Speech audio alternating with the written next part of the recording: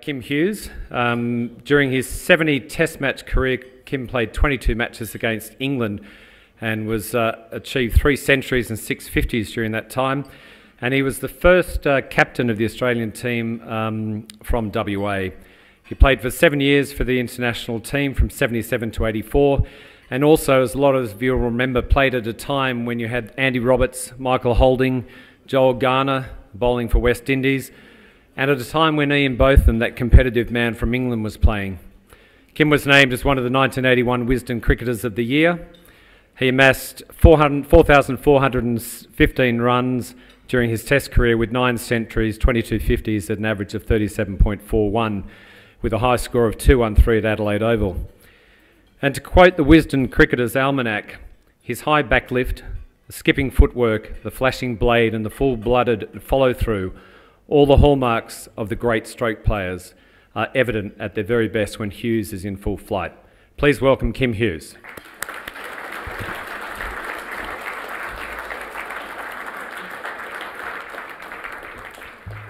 It's also a great pleasure to introduce Henry Olonga. Henry also had a 7-year Test career from 95 to 2002. Henry was the youngest player to represent Zimbabwe, who is just shy of his 19th birthday. He was also the first black man to represent Zimbabwe. Henry's first Test match against Pakistan was Zimbabwe's first Test match win. Zimbabwe's second Test victory came against Pakistan when Henry was named man of the match with figures of 5 for 70. Once described as the fastest bowler in cricket, he was also at times described as being quite wild. In 1996, Henry was the first international cricketer to work with Rod Marsh and Dennis Lee at the Australian Cricket Academy here in Adelaide. Henry played 30 tests, took 68 wickets at an average of 38.52. Please welcome Henry.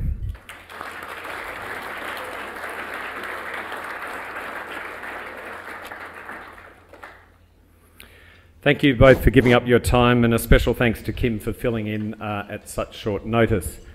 And for all the Adelaide people, we see a lot of flipper, so it's an absolute privilege, and thank you. One of the things that Ricky Ponting... Yes?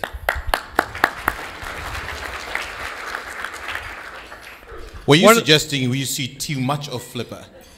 The good news is you won't have to listen to Wayne Phillips talking about his best innings ever again.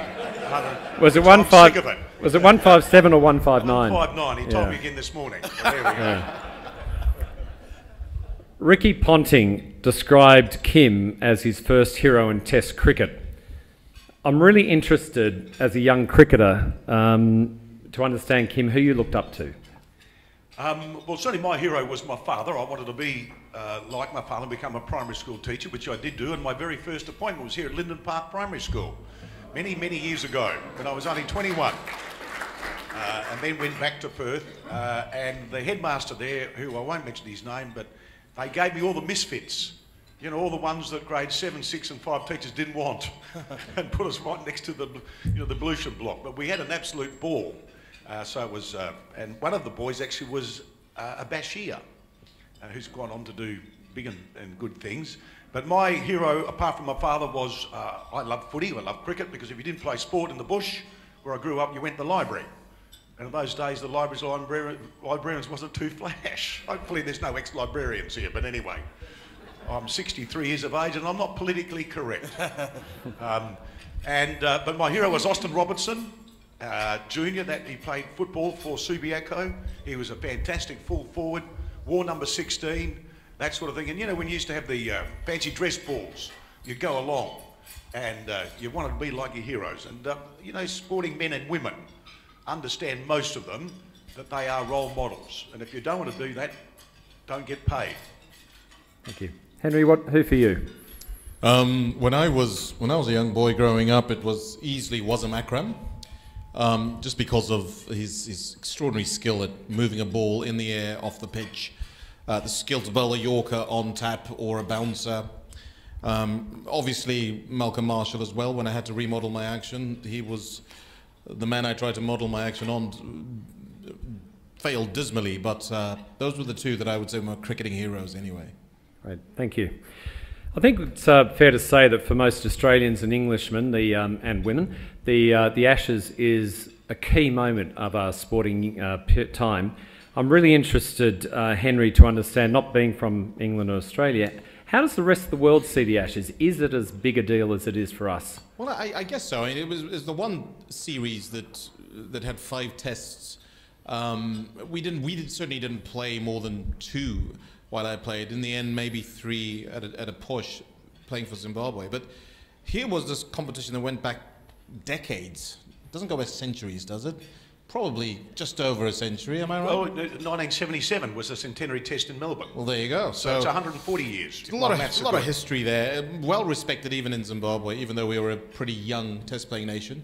So, yes, I mean, everyone got excited about a test series. But back in the day when I played, it didn't feel as often as it is nowadays. It felt like there was a bigger gap between a series in England than here. It just seems like, I mean, there was a one time a couple of seasons ago, I think it was the World Cup year, where it felt like we played in England, then came over here and played straight away. It was quite odd. Yeah, because then we had the centenary test at Lord's a number of years after the 77, and but from a young boy growing up, I can still remember I wanted to listen to the Lord's Test match with John Arlott, and I asked my mum and dad, I was only 8 or 9, could I stay up and listen to on the radio them broadcasting, and so it was unusual for me to stay up that late and be allowed to. I thought it was pretty exciting. I'm sitting there and John Arlott came on and it's raining. I've never been so disappointed in my whole life. There was no cricket at all. But, growing up in Western Australia, we had our first test match, Henry, in 1971. So, we didn't have any test cricket. And it wasn't really until maybe Graham McKenzie came onto the scene, who was our regular West Australian test player. And then from there, and he was just an unbelievable bowler. So test cricket for West Australians was sort of, well, we don't have too many. And then after that, we got to a stage where we had the magnificent 7, and 7 of the players playing for Australia came from Western Australia. And we allowed a couple of scrubbers called Greg Chappell and Alan Border to play with us. But anyway, we're nice, caring people in the West. But so, it has grown, but the longer you're there, it is something special. And in a world where it's all quick fix and all those sorts of things, I get excited about the Ashes. I just hope that the game here, lives up to, I know we finished disappointingly for England in Brisbane, but it was a lot closer than 10 wickets, I can assure you. Hopefully, the ebb and the flow, it was a wonderful game to watch. Yeah.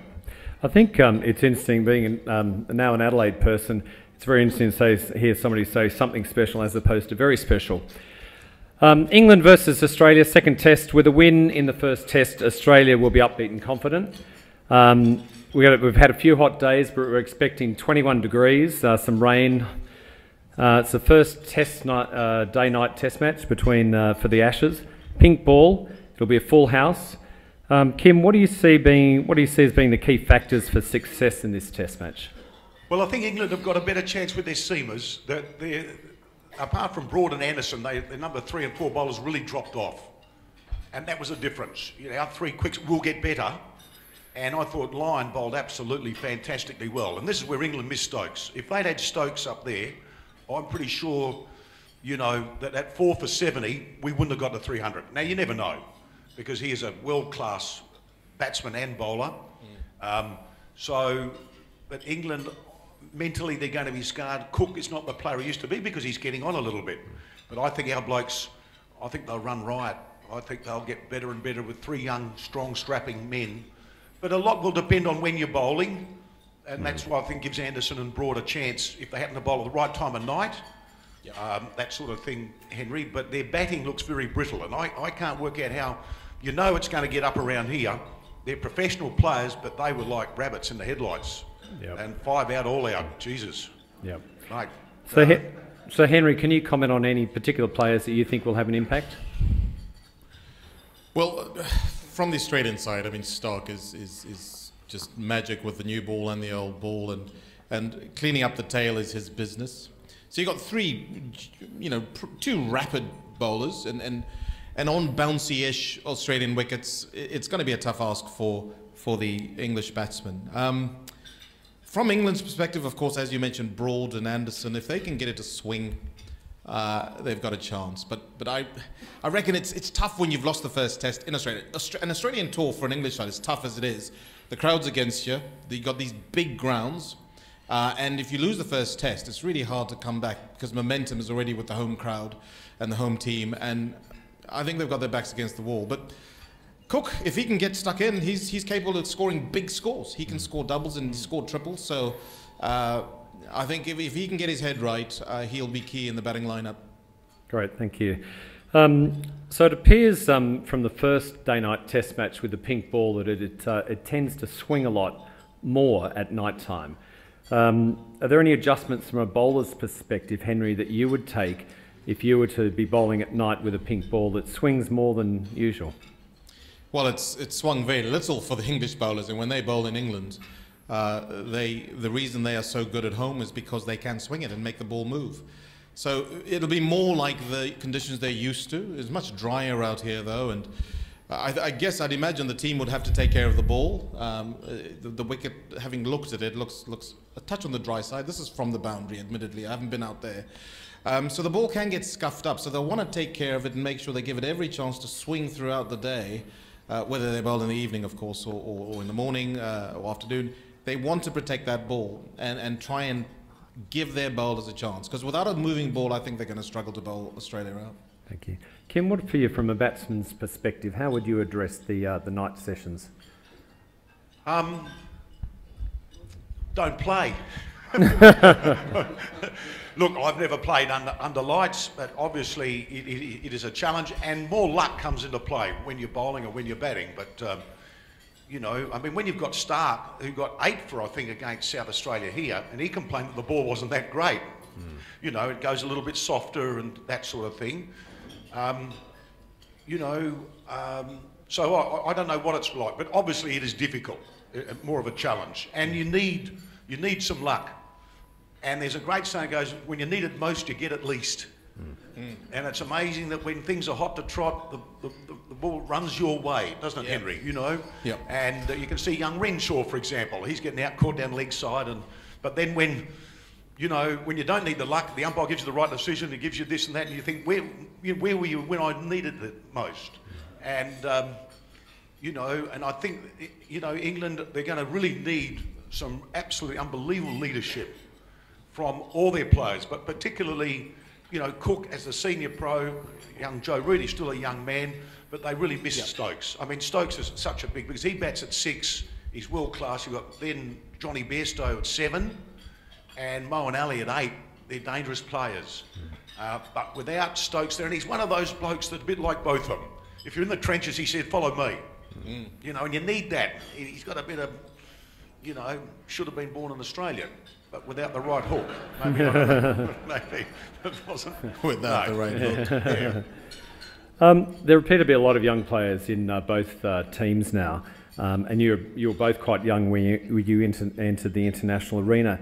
Can you give us an insight into what it's like for these young players starting out, especially coming to the pressure, as Henry mentioned, of a Test series, an Ashes series in Australia? Yeah, look, I'm a big believer that you earn your stripes, and that when you look at Michael Hussey, Justin Langer, Matthew Hayden, they all played a lot of cricket in Shield cricket. They got an opportunity when they were 28, 29, and did really well. Just because someone young doesn't give them a birthright to get a game. You've got to earn your stripes. And, you know, Bancroft has really earned his stripes. I think he's very, very tense last year.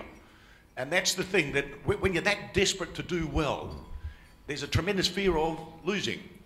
And he's now, and it's all very well that people say, well, just relax and enjoy it. I think, Jesus, you know, mate, it is important for me. So you need that nice balance. And winning hides all sins. It's easy to come into a side when you're winning and that sort of thing, but when you're losing, you know, all of a sudden that every man for himself, sort of thing. So our young blokes, I mean, they're not that young. I mean, Bancroft is 24, 25. He's been around for a fair while. Our bowlers are all pretty mature. They've been around for a while. Lyon's been around. So Marsh is 34. We've got a very possibly younger, well, about the second youngest would be Steve Smith. And what an unbelievable person he is. And then young Hanscom from Victoria. I mean, you look at Smith and you look at Hanscom, you certainly, if you were a coach, you wouldn't say to the kids, I want you to follow them, copy them, because they've got techniques that are unique. And I think that's the beauty about cricket. So we've got to, by experience thing, and that's why Sheffield Shield cricket is absolutely crucial. Wallace, I know, you know, no one goes to watch it, but the reality is, if you go through there and earn your stripes, there shouldn't be much of a gap between Shield cricket and Test cricket. Now, there certainly wasn't in my day, because all your Test players played for your state side. Now they don't play as much, but I'd make them play. You're there to play cricket, you're playing the 3 Shield games to start with, that's important, earn your stripes, so then you're facing Stark and facing this and that, and that's where young Bancroft he carried his bat in the first innings, and then got an 80 in the second innings, and it was against an Australian attack. So therefore, he knows that he can do it, and there's not a big jump. Because I know who I'd rather face out of the English attack and the Australian attack. It's the English attack, because once you get through Board and Anderson, Wokes and Ball just looked a bit underdone. Right. Yeah, well, I think until you score that first 50 or get your first 5-wicket haul, you've always got the question at the back of your mind, am I good enough to play at this level? And until you do something that impresses selectors, you know that you're next on the chopping block.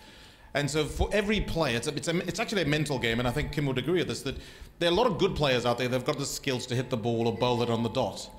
But it's a little harder to jump from county or state cricket to be able to hang out with the big boys at international cricket, because it is a big jump. It's not it might be subtle in Australia, because there's but in Zimbabwe, playing club cricket, going to provincial cricket, and then going to face people like Wasim and Waka and Shoaib Akhtar was a huge jump for us. And so the question was always at the back of your mind, and it's a question I think every young player coming into a side asks themselves is, am I good enough to hang with the big boys? And until you get that big score, or take that wicket haul, or if you're a keeper, take those catches or dismissals, that lingering question holds you back from fully expressing yourself as a player. Thank you. So I've got some short answer questions here. I'll go to Henry first. Best player you played against and with? Wasim Akram I played against as a bowler. Batsman would be Sachin Tendulkar. I would have to go Andy Flower. He was our best batsman by a long shot. And I guess Heath Street, best all-rounder. Kim? The best batsman, there were 3 great players in my era. One was Greg Chappell, one was Javan Miandad, who was a fantastic player, but Viv, Smoke and Joe. Oh, yeah. I can remember watching him, you know, they talk about heroes. I watched him as a young boy playing for Western Australia against the West Indies, and Viv got 170 odd. And he had these, you know, against his beautiful black body, he had these shells around his neck, and he looked $1 million. I was down the beach next day looking for those bloody shells. Well, just the wrong colour and the wrong, you know. But Viv was just, he was magic. Best bowler was Dennis Lilly that I played with, but the 2, I didn't play much against Wasim Akram, but the best bowler, all-round bowler, was Malcolm Marshall. There was nothing he couldn't do. And to give you an idea how strong the West Indies were, I mean, he couldn't get a game for 2 or 3 years. Courtney Walsh was a scrubber. Oh, yeah. Then came on and got 500 wickets. So it was you know, amazing. But certainly in that great era, no one was as competitive as Dennis. Yeah. You know, he could just lift the bloke when it was difficult, especially. Yeah. So Henry, for you, when Dennis, 1996, when you were here at the academy, what was he like to learn from? Well, I'd worked with him in India in Madras at the MRF Pace Foundation, and the reason, by the way, the reason I had to go to all these countries to work on my technique was because when I first started playing cricket, I had a bit of a dodgy action. I used to throw the ball. So, for the benefit of those people who don't understand what that is, when you bowl in cricket, you're supposed to bowl with a straight arm.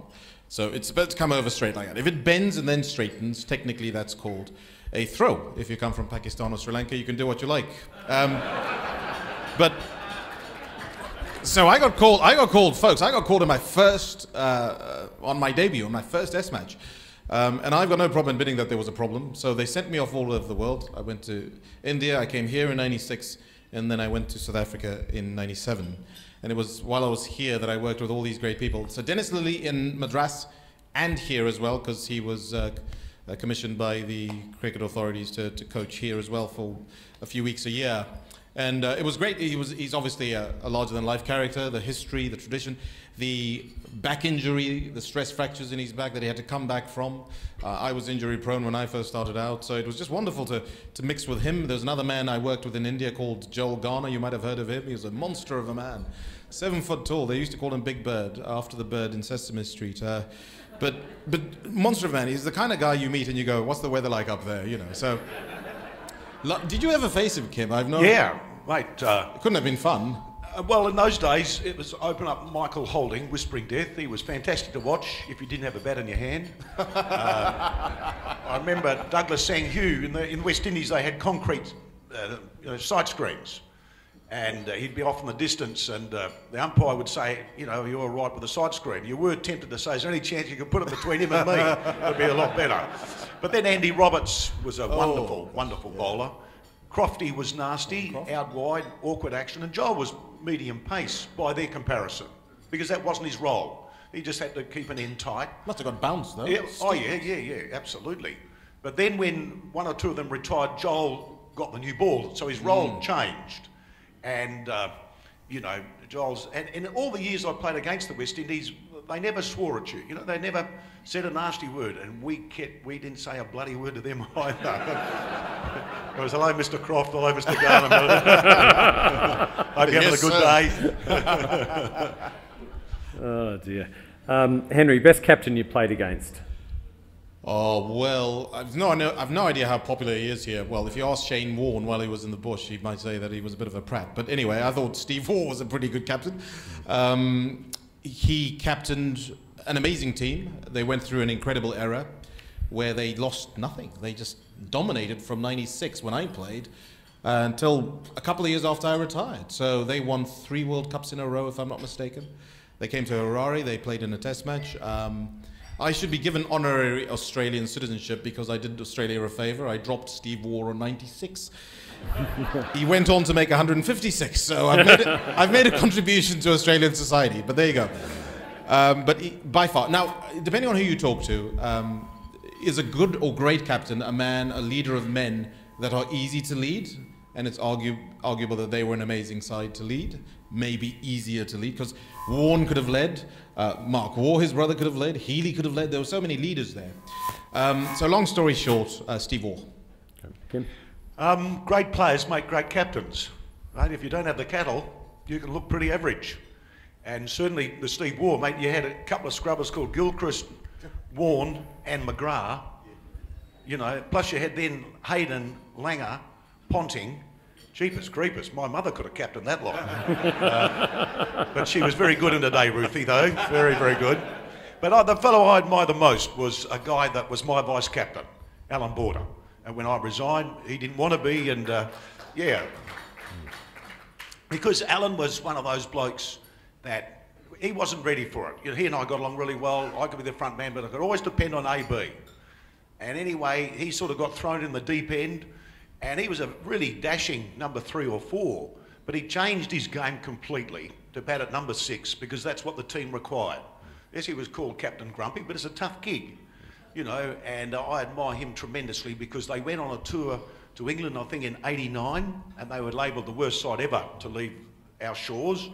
And, you know, they won that series, I think 3-1, but some young boy, Dean Jones and young Steve Waugh, Terry Alderman got 40 wickets. The only player ever got 2 lots of 40 wickets on tours to England, Mark Waugh. So they had some, and he developed those people. But he was a tough nut, and he wasn't the most, everybody's, you know, flavour of the month, but it's hard to be charismatic if you're getting rissoled and you're getting beaten. It's not easy. It's not easy for young Joe Root at the moment. Yep. It's bloody difficult. I've been there, done that. I just wish we could have played Zimbabwe more often. Or Bangladesh, or Jesus. Believe it or not, I wish I could have played Zimbabwe more often. Well, with that, thank you, gentlemen. We're going to open up for question time. There is a roving mic. If we can just wait for the mic. Thank you.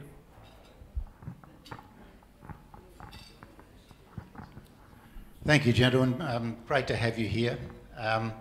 I'm interested to know what you make of, you've already spoken about Bancroft, But there were two other selections in the Australian team which caused quite a bit of comment. One was the return of Shaun Marsh, and even more so perhaps the return of Tim Payne. And they each had their moments of problem in the test match, but they each had their moments in the sun as well. I just wondered how you felt that panned out. Yeah, well, the number 6 spot, there is no genuine all-rounder there. But the bowlers do the bowling and the batsmen do the batting.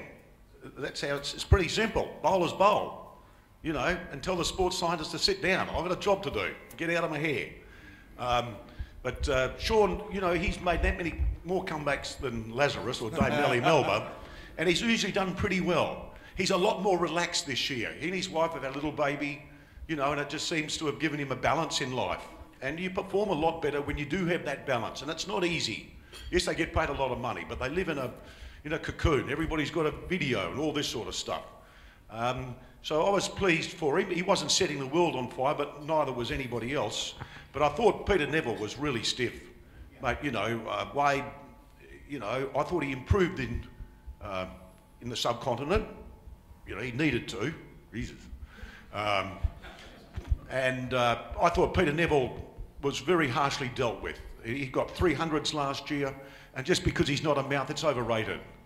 You know what really is important for your team? Taking catches and scoring runs, or taking wickets. The rest is a load of bullshit. Sorry. So Peter Neville, yeah, pretty tough, and Payne, I mean, he wasn't even keeping for Tasmania. So I thought it sent mixed messages, and it was good to see him get a good stomach. There's no doubt he is a wonderful wicketkeeper, but wasn't playing for Tasmania. So I thought Peter Neville must sit there and think, what do I do? So I thought it was a mixed message, or a poor message. Hopefully there's no selectors in here, are there?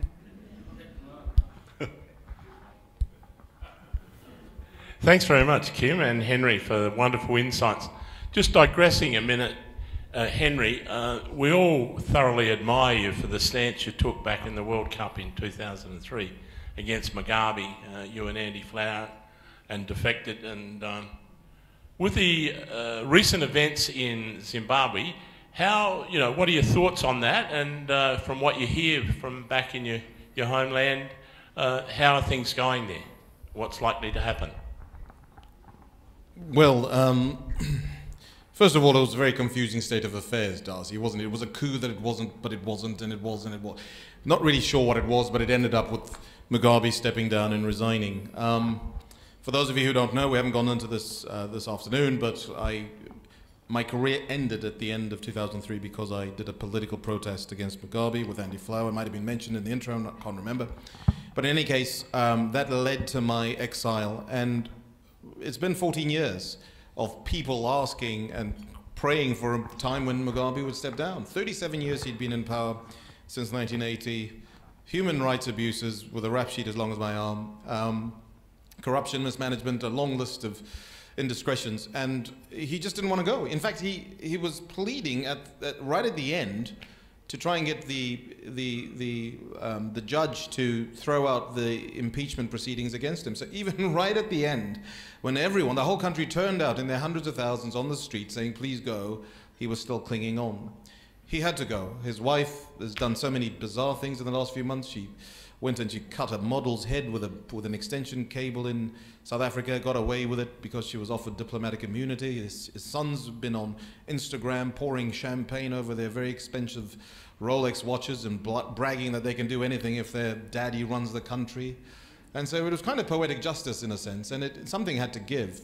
And so I'm glad for the people of Zimbabwe, I really am. I'm not technically Zimbabwean anymore. I mean, my heart is still there, of course, and I may well get to visit in about 2 weeks' time. There's a bit of a private visit that's been organized, and sure, I'd like assurances that I'll be safe, but it seems like it'll go ahead. In any case, the new fellow, Mnangagwa, he's cut from the same cloth. He's the same party.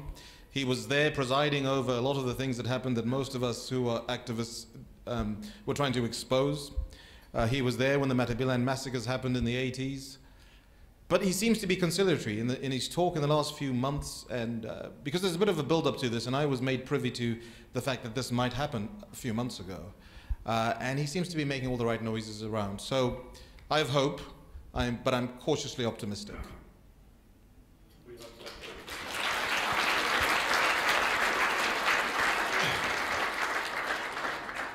Gentlemen, thanks. It's been fantastic. I'd just like to follow up on some of... Can I just say you've got a great voice for radio? That would be like, just picture that voice of the horses. I mean, that would be amazing. But carry on, sir.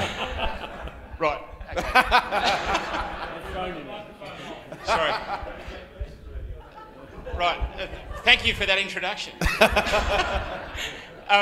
Morris pitched a couple of questions with a very short answer, and I guess I've got one of the same. If you're out there, as we saw the other day, the first 2 days, you would not have thought Australia was in the hunt. Of all the people you've played against or with or have observed, who do you think's been the greatest catalyst of change in a match? Well, I think it possibly happened here, and it was possibly Shane Warne when England, I think England scored 500 in the first innings, and then Warne in the second innings, I think they only needed 120, and he bowled around the wicket. And he bowled Peterson around his legs. Yeah, Warne was magic, absolutely freakish, but thank God he wasn't Australian cricket captain. Because there's more than, it's easy out in the field, but it's also, when you're in a leadership role, it's all the other things that go with it. The off-field scenario, so good luck with Warne. Gentlemen, in lieu of Ben Stokes and Johnny Bairstow, would it be unfair to suggest that England are more dangerous off the field than they are on? I thought that Cameron Bancroft did an amazing job just to settle it down. Yeah. You know, You're talking about the press conference. Yeah. The press conference, it was just the beauty of youth, and yeah, not a smart move, but you know, and obviously the Stokes thing was very ugly. But, you know, hopefully we can all move on. Yeah. Because we've all been there and done some silly things in our life. Just thank God there was no cameras around in my day. But, yeah, you know, and that's not good. It's not good for the image of cricket. And that's why, and for Johnny to do that thing, it was just silly. Because he's a lot better than that. He's a tough bloke. I played cricket with and against his father. He's a spirited man, but just did a dumb thing. But he's not the first bloke to do a dumb thing. And he won't be the last. So hopefully we can get on with it. But Cam Bancroft, I thought, handled it unbelievably well and diffused it. Yes. So, yeah. So we've got time for 2 more questions. Some people say I've got a good face for radio. I don't know about voice. But Kim, look, my recollection, just, you know, ACB versus World Series, don't mention the war, you know. That must have been a harrowing time for you and everyone playing, because politics entered into cricket, and how could you concentrate on just playing cricket with all of that happening? Well, I was a young boy in '77. I was 23. That was in England. World Series cricket was being hatched. I played my first game, got a good-looking duck, because my coach used to say even if I made a duck, it was the best made duck of all time, and there was only me and Bradman, the rest can't bat. And I was asked, look, would I go? You know, I was a young boy.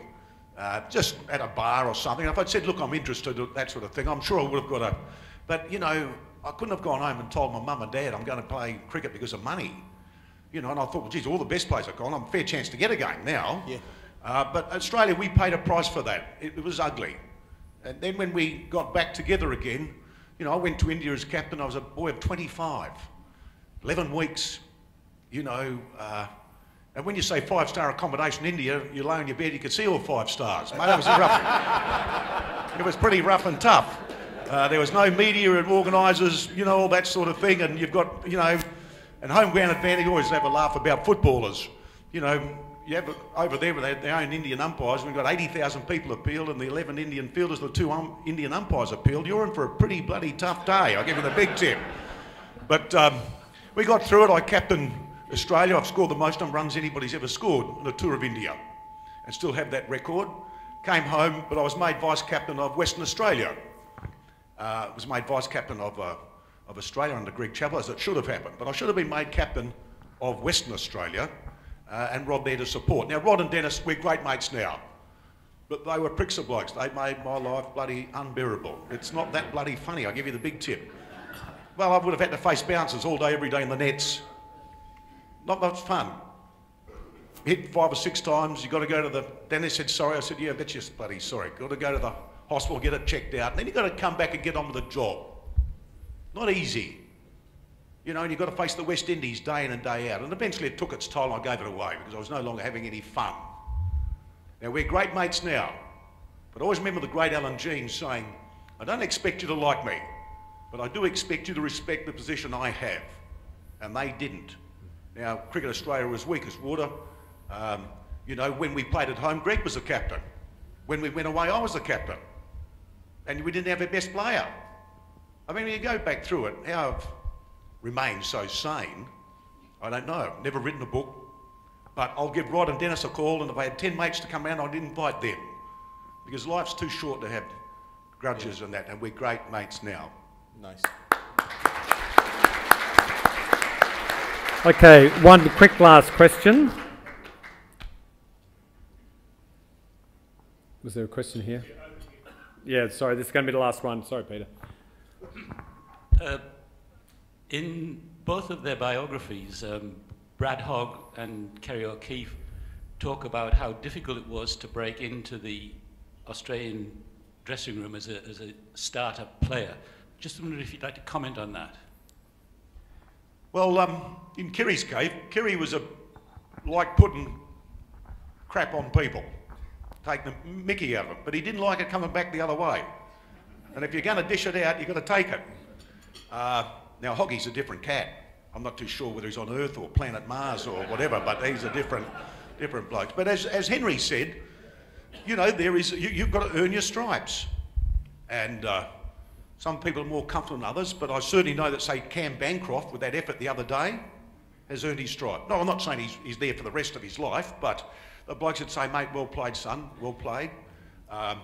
Someone like Sean Marsh in that innings, whilst it wasn't a huge, you know, he looks back at his record, it was only 50 or 60 or whatever it was, but the partnership was crucial.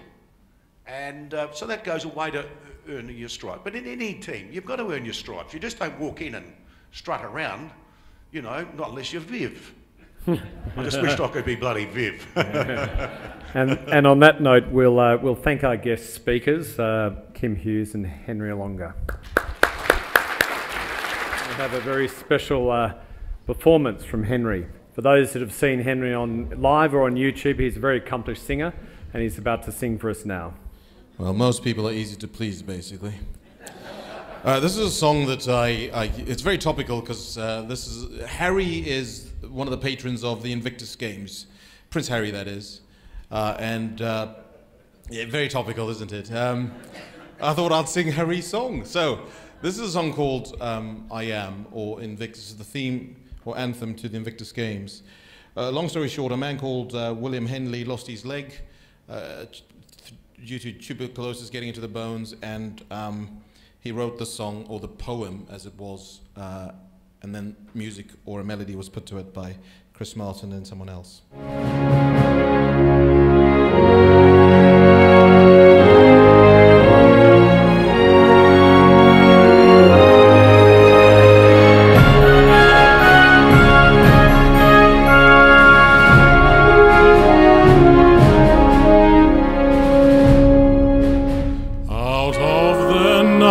That covers me, black as the pit from pole to pole, I thank whatever gods may be for my unconquerable soul.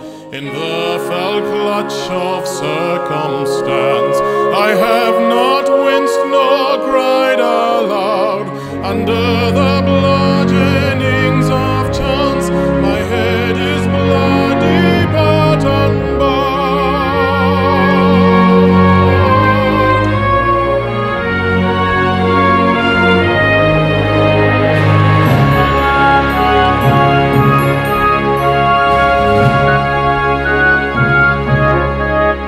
Beyond this place of wrath and tears looms but the horror of the shade, and yet the menace of the years shall find and find me unafraid.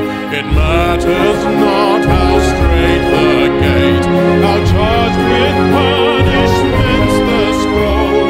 I am the